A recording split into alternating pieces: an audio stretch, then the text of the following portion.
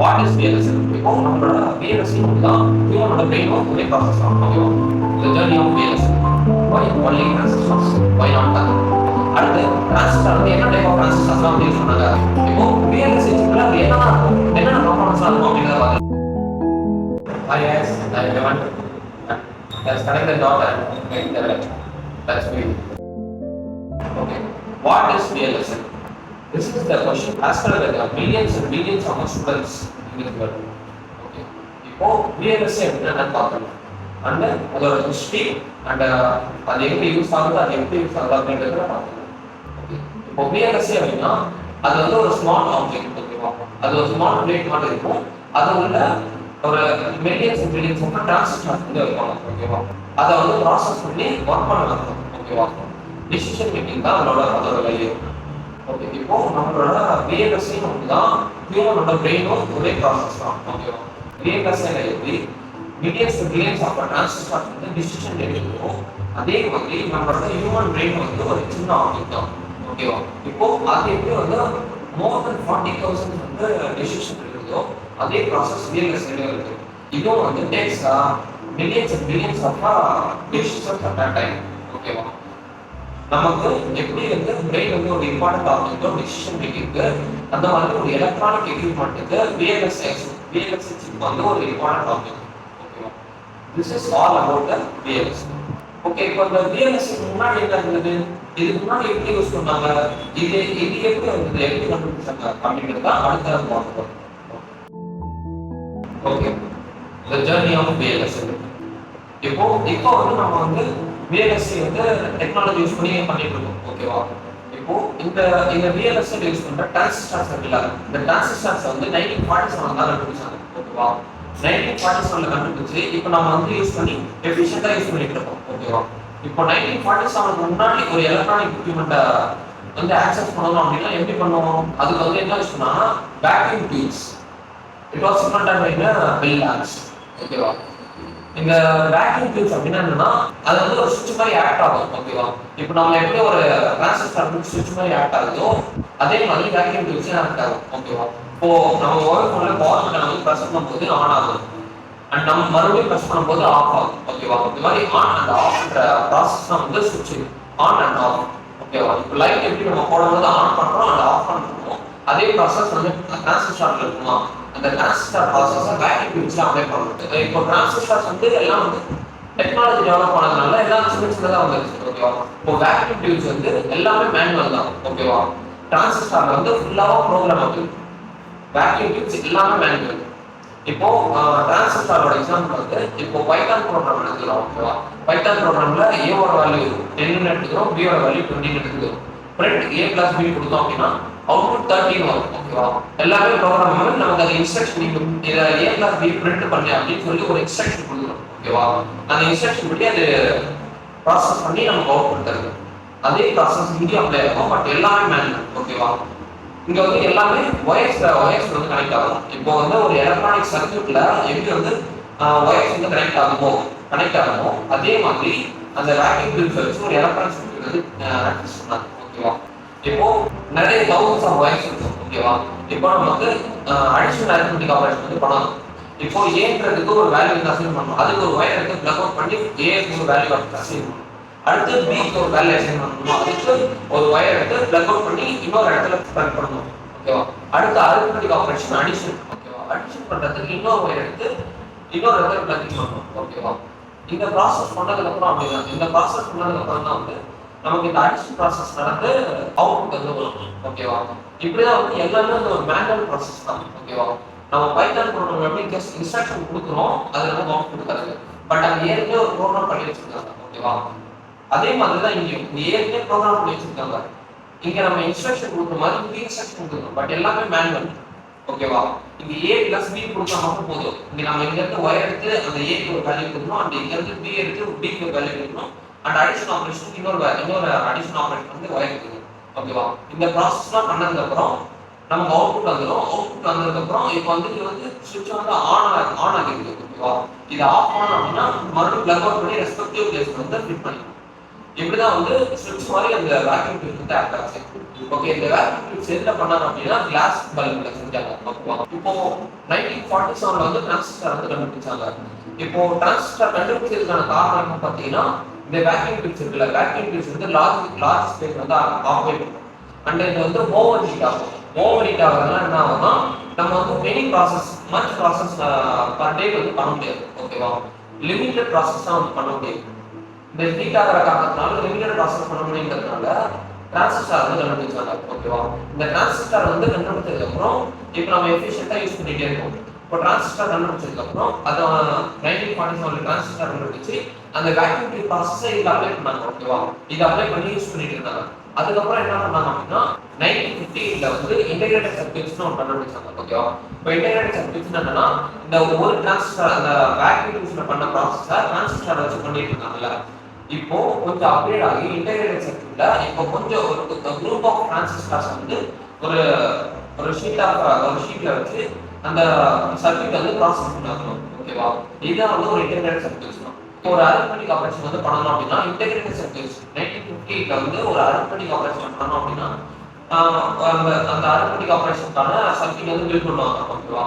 இப்போ அடிஷனுக்கான ஒரு transistor and மல்டிப்ளிகேஷனுக்கான ஒரு transistor and subtraction division and modulus இந்த மாதிரி ஒவ்வொரு இதுக்கும் டிரான்சிஸ்டர் வந்து ஃபிட் பண்ணி அந்த ஐசியை வந்து பில்ட் பண்ணாங்க. ஓகேவா. பில்ட் பண்ணதுக்கு அப்புறம் அதை ப்ராசஸ் பண்ணுறதுக்கு ப்ரோக்ராம் பண்ணி இது பண்ணாங்க. ஓகேவா. அதே வேக்யூம் டியூப்ல பண்ண ப்ராசஸ் தான். இதை பண்ணி இதை ப்ராசஸ் பண்ணதுக்கு அப்புறம் கொஞ்சம் டெவலப் ஆச்சா. அதுக்கு அடுத்தது 1970ஸ்ல வந்து ஸ்மால் ஸ்கேல் இன்டெகிரேஷன் இந்த லார்ஜ் ஸ்கேல் இன்டெகிரேஷன் வந்து கண்டுபிடிச்சாங்க. ஓகேவா. SSI and LSI. இந்த small scale integration large scale integration அப்படின்னா என்னன்னா, இப்போ ஐசில எப்படி ஒரு குறிப்பிட்ட டிரான்சிஸ்டர்ஸ் மட்டும் வச்சு பில்ட் பண்ணாங்களோ அந்த மாதிரி இதுல கொஞ்சம் அப்கிரேட் ஆகி தௌசண்ட்ஸ்ல வந்து பில்ட் பண்ண ஆரம்பிச்சாங்க. ஓகேவா. இப்போ ஒரு ஷீட் இப்போ இட்ஸ் அ ஷீட். ஓகேவா. ஒரு சர்க்யூட் இருக்கு. இந்த சர்க்யூட்ல thousands ஆஃப் டிரான்சிஸ்டர்ஸ் ஃபிட் பண்ணி அதை ப்ராசஸ் பண்ண வச்சாங்க. ஓகேவா. இப்போ இந்த எல்எஸ்ஐ எஸ்எஸ்ஐக்கு அப்புறம் என்ன பண்ணாங்கன்னா 1980ஸ்ல வந்து விஎல்எஸ்ஐ வந்து கண்டுபிடிச்சாங்க. ஓகேவா. இந்த விஎல்எஸ்ஐயோட ப்ராசஸ் தான் நம்ம இப்போ யூஸ் பண்ணிட்டு இருக்கோம் ஃபுல்லாவே. அதை வந்து விஎல்எஸ்ஐ ஸ்டார்டிங்ல வந்து கொஞ்சம் லார்ஜரா பில்ட் பண்ண ஆரம்பிச்சாங்க. இந்த சைஸ்ல வந்து ப்ராசஸர் வந்து இருக்கும். ஓகேவா. அடுத்த கொஞ்சம் ஃபிட் ஆகி இந்த நெயில் சைஸ்ல வந்து ப்ராசஸ் பில்ட் பண்ண ஆரம்பிச்சாங்க. ஓகேவா. இப்படிதான் வந்து கொஞ்சம் கொஞ்சமா டெக்னாலஜி டெவலப் ஆயிட்டு இருக்கு. ஓகேவா. இப்போ விஎல்எஸ்ஐ சிப்னா என்னது?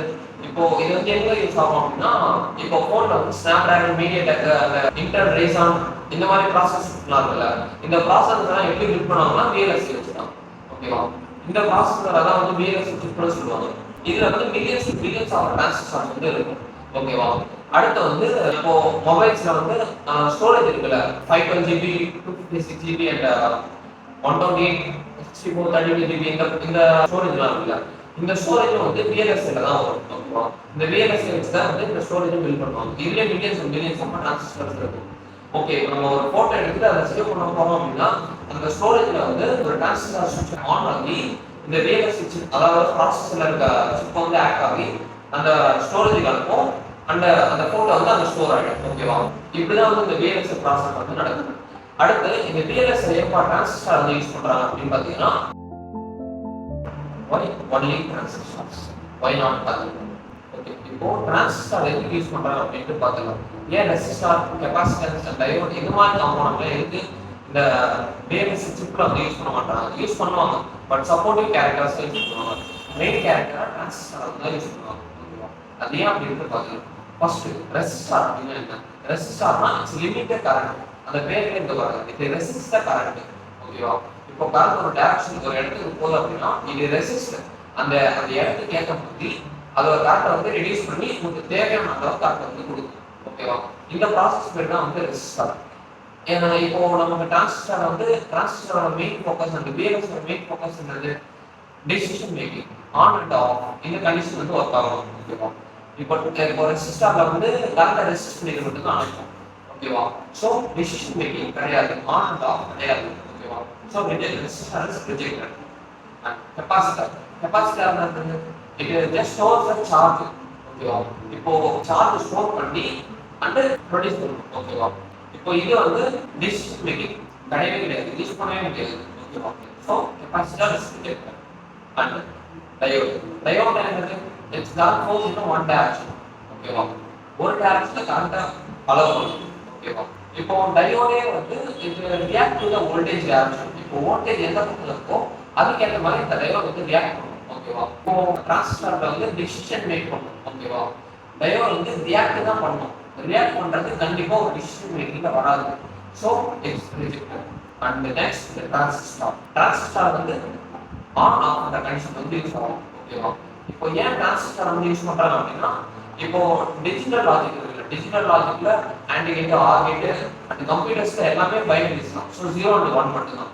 ஓகேவா? 0னா ஆஃப், 1னா ஆன். ஆன் ஆஃப் கண்டிஷனுக்கு இந்த பைனரி வந்து யூஸ் பண்ணுவோம். அந்த பைனரி வந்து டிரான்சிஸ்டர்ல கண்டிப்பா யூஸ் பண்ணுவாங்க. ஓகேவா? அண்ட் இந்த மெமரி, ப்ராசஸர் எல்லாமே வந்து ஒரு டிரான்சிஸ்டர்ல ஆன் ஆஃப் பைனரி வச்சு தான் ஒர்க் ஆகும். ஓகேவா?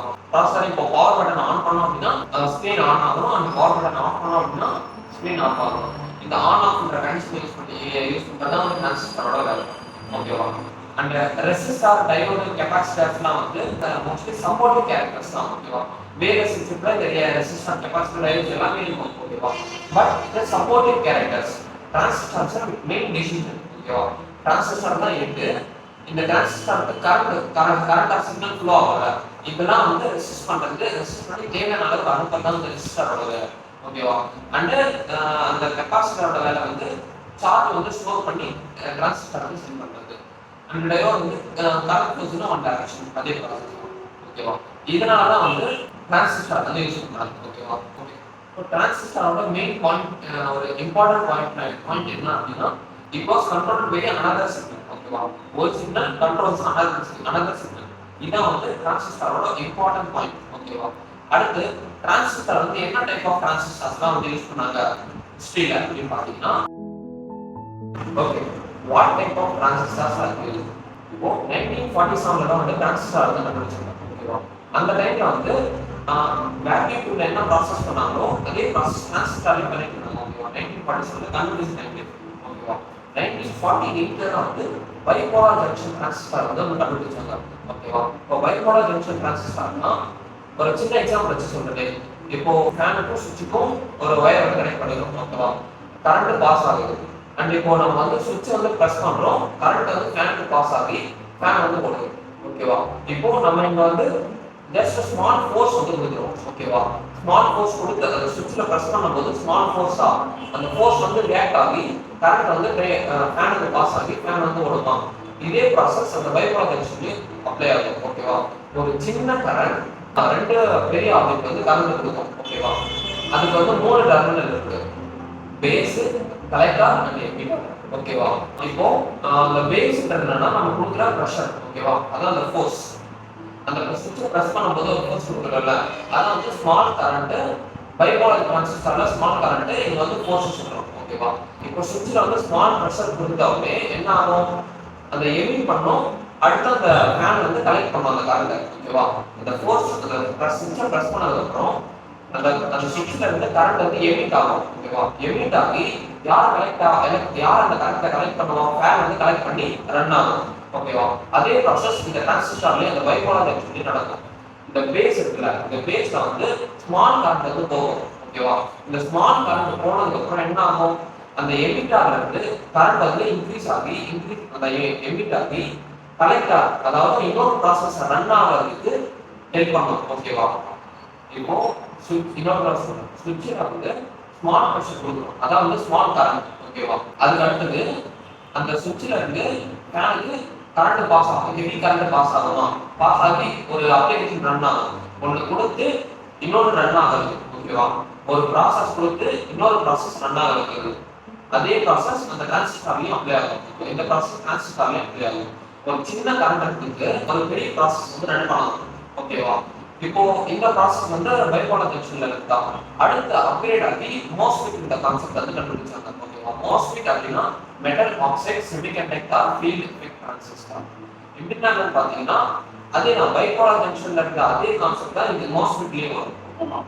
அங்க எப்படி பேஸ் எமிட்டர் அந்த கலெக்டர் இருக்குதோ, இங்க வந்து கேட், சோர்ஸ், ட்ரெயின். ஓகேவா? இங்க பேஸ் இருக்கிற மாதிரி இங்க கேட் இருக்கும். ஓகேவா? எமிட்டர் இருக்கிற மாதிரி இங்க சோர்ஸ் அண்ட் கலெக்டர் இருக்கிற மாதிரி இங்க ட்ரெயின். ஓகேவா?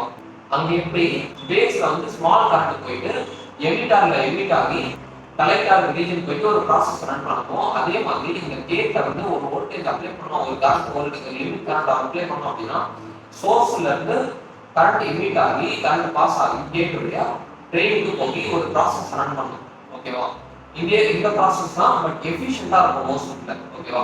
பைபோலார் ஜங்ஷன்ல கொஞ்சம் டிலே ஆகும். அதான் நார்மல் ப்ராசஸ் தான் பட் கொஞ்சம் டிலே ஆகும் அண்ட் மோஸ்ட்ல மோர் எஃபிஷியண்டா இருக்கும். ஓகேவா? இப்போ சுவிட்ச் போட்ட உடனே ஃபேன் ஃபாஸ்டா சுத்த ஆரம்பிச்சுமா, ஸ்லோவா சுத்த ஆரம்பிச்சு அது ஒரு மாதிரி ஃபாஸ்டர் ஆகும். ஓகேவா? அது வந்து பைபோலார் ஜங்ஷனோட எக்ஸாம்பிள். அண்ட் இப்போ மோஸ்ட்லிட்டோட எக்ஸாம்பிள் வந்து பாத்தீங்கன்னா நம்ம மொபைல் போன் இருக்குல்ல, மொபைல் போன்ல பவர் பட்டன் எடுத்தோம், பவர் பட்டன்ல அதே சுவிட்ச் ஃபேன் சுவிட்ச் மாதிரி பவர் பட்டன்ல ஸ்மால் பிரஷர் தான் கொடுக்குறோம். ஓகேவா? ஸ்மால் பிரஷர் எதுக்கு கொடுக்குறோம்? அந்த ப்ராசஸர்ல இருந்து டிஸ்பிளேக்கு கரண்ட் பாஸ் ஆகும். ஓகேவா? ப்ராசஸர்ல இருந்து ஆன் ஆகி டிஸ்பிளேக்கு கரண்ட் பாஸ் ஆகி 1 சிக்னல் அப்படின்னா டிஸ்பிளே வந்து ஆன் ஆகும். ஓகேவா? அதே ப்ராசஸர்ல இருந்து டிஸ்பிளேக்கு கரண்ட் போகும். இப்போ ப்ராசஸர் வந்து சோர்ஸ் அண்ட் டிஸ்பிளே வந்து ட்ரெயின். ஓகேவா? நடுவில் இந்த கேட் இருக்குல்ல, கேட் தான் வந்து இந்த பவர் பட்டன். இந்த பவர் பட்டன் பிரஸ் பண்ணோம் அப்படின்னா ப்ராசஸர்ல இருந்து டிஸ்பிளேக்கு கரண்ட் பாஸ் ஆகி டிஸ்பிளே வந்து ஆன் ஆகும். ஓகேவா? இதுதான் வந்து மோர் எஃபிஷியண்டா நடக்கும். ஓகேவா? இப்போ ஃபேன் சுவிட்ச் போட்டோம்னா ஸ்லோவா சுத்த ஆரம்பிச்சு ஃபாஸ்டா சுத்தும். ஓகேவா? இப்போ பவர் பட்டன் ஆன் பண்ணோம் அப்படின்னா ஸ்லோவா கொஞ்சமா first quarter display of display 3/4 and அந்த மாதிரி கொஞ்சமா வரும். இல்ல பவர் பட்டன் ஆன் பண்ணி இன்ஸ்டன்ட்டா வந்துடும் ஃபுல் ஸ்கிரீன். அந்த ப்ராசஸ் தான் பட் எஃபிஷியண்டா இருக்கும். இதுதான் வந்து மோஸ்ட்லி. ஓகேவா? இப்படிதான் வந்து டிரான்சிஸ்டர் வந்து அப்கிரேட் பண்ணிட்டே வராங்க. இப்போ வந்து நம்ம வந்து மோஸ்ட்லி டிரான்சிஸ்டர் தான் வந்து யூஸ் பண்றோம். ஓகேவா? அடுத்து இந்த VLSI என்னென்ன காம்போனன்ட்ஸ்லாம் இருக்கும் அப்படின்றது தான் அடுத்து பார்க்கலாம். ஓகேவா? இப்போ VLSI சிப்ல அது என்னதான் இருக்கும், என்னென்ன காம்போனன்ட்ஸ்லாம் இருக்கும் அப்படின்றத பார்க்கலாம். இப்போ ஒரு PCB போர்டு இருக்குன்னா அந்த கெபாசிட்டர், ரெசிஸ்டர் அண்ட் டயோட்ஸ் இந்த மாதிரி எல்லாமே இருக்கும். ஓகேவா? இன்புட் அவுட்புட் பேக்ஸ் அந்த மாதிரி VLSI சிப்ல என்னென்ன இருக்கும் அப்படின்றத பார்க்கலாம். இப்போ transistor, resistor, capacitor and diodes, input output packs, memory cells, logic gates, processors எல்லாமே இதெல்லாம் சேர்ந்தது அப்படிதான் வந்து VLSI சிப்னு சொல்லுவாங்க. Okay, that's all about VLSI. Okay, let's connect the dots. First VLSI என்னன்னா பார்க்கலாம். ஓகேவா? What is VLSI? Next history of VLSI வந்து பார்க்கலாம். Next why transistors are used ன்னு பார்க்கலாம். Next what types of transistors are used and என்னென்ன components VLSI ஓகேவா? இந்த மாதிரி VLSI and history and what type why transistors are used, what type of transistors and components வந்து பார்த்து now VLSI is basics of VLSI is clear. ஓகேவா? Next வீடியோல வந்து and the complete process of VLSI வந்து பார்க்கலாம். ஓகேவா? Thank you guys. Let's connect the dot and make it alive. Thank you.